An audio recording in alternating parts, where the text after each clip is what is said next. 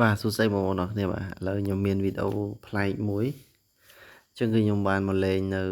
ចការបងអ៊ំស្រីម្នាក់អញ្ចឹងណាបងប្អូនបាទគឺចការរបស់គាត់ហ្នឹងគឺមានដំណាំច្រើនមែនតើបងប្អូនមើលនៅក្នុងវីដេអូហ្នឹងឃើញហើយគឺដំណាំចូលលក្ខណៈរយមុខហ្នឹងបងប្អូនអើយមានតាំងពីក្រូចពោធិ៍សាត់មានតាំងពីត្រសក់មានតាំងពីពោតហើយដើមឈើចុងឈើខ្ញុំថតហ្នឹងគឺដើមខ្នុរបងប្អូនបាទខ្នុរហ្នឹងគឺផ្លែមែនតើហើយយើងមើលមកក្រោម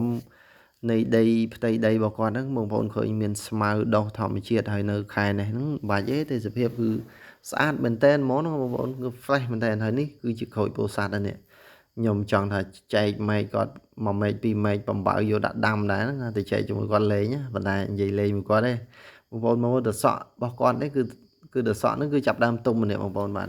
ពេលដែលវាលេះតងអីចឹងយើងអាចហូបបានបងប្អូនគឺផ្ទៃដីនេះគឺល្អមែនតើបងប្អូនឃើញគឺដីនេះឡើងខ្មៅហ្មងប្រភពដីនេះគឺតំណងមែនតើដីនេះគឺដីសវណ្ណភូមិហ្មងបងប្អូនអើយដាំអីក៏បានដែរបងប្អូនអើយមកជុំវិញហ្នឹងបងប្អូនឃើញទេ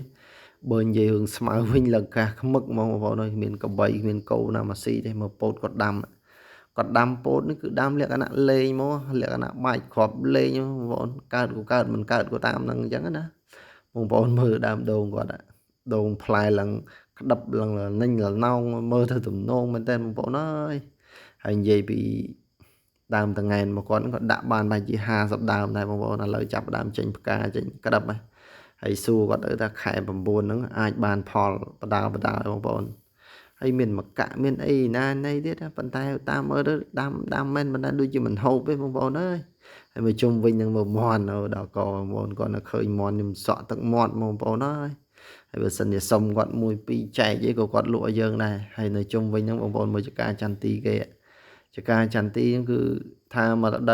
ដូវមួយឆ្នាំហ្នឹងបាច់ទេលុយសុតមកហ្នឹងនិយាយទៅចឹងបានថាតែយើងមានចការមានអីហ្នឹងពេលយើងចាស់ទៅយើងវាស្រួលខ្លួនចឹងណាអត់មានពិបាកមានសំណុកអី